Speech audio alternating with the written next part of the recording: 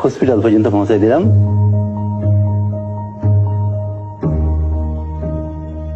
আমি ভয় পাচ্ছিলাম যে কেউ আমাকে চিনে ফেলে কিনা, বিশেষ করে তৎকালীন সরকার পক্ষে কেউ আমাকে চিনে ফেলে কিনা। এই ভয়ে আমি গামছা দিয়ে মুখ ঢেকে বসেছিলাম। অনেকক্ষণ বসে থাকার পর যখন দেখলাম এক এক ওখানকার স্টাফরা আসছে, তখন আমি যে গার্ডের সাথে কথা বলার চেষ্টা করলাম। তখন গার্ডরা আমাকে চিনতে পারে নাই, এই জন্য আমি ঢুকতে পারি নাই।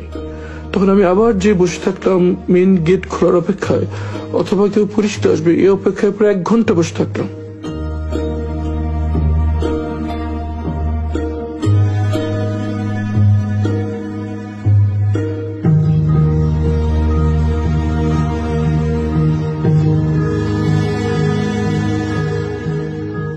এক ঘন্টার মধ্যে আমি বসে থাকলাম, কিন্তু পরিচিত কাউকেই পেলাম না।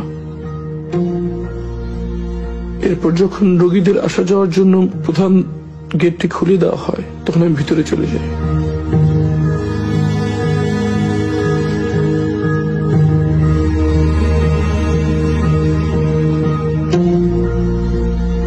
মনের ভিতরে প্রচন্ড আশঙ্কা কাজ করছিল। আমার পরিবার কোথায় আছে, কিভাবে আছে, তারা কি জীবিত আছে? মনের ভিতরে ঝড় বয়ে যাচ্ছিল।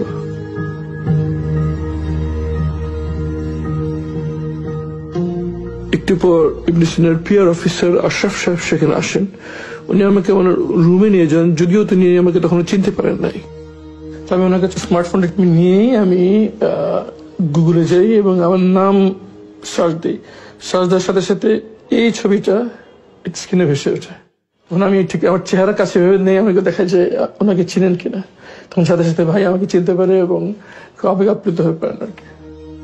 কথায় কথায় তার কাছ থেকে প্রথম জানতে পারি যে 5ই আগস্ট শেখ হাসিনা পালিয়ে গিয়েছে। আমি তো বিশ্বাসই করতে পারছিলাম না, আমার কাছে স্বপ্নের মতো মনে হচ্ছিল।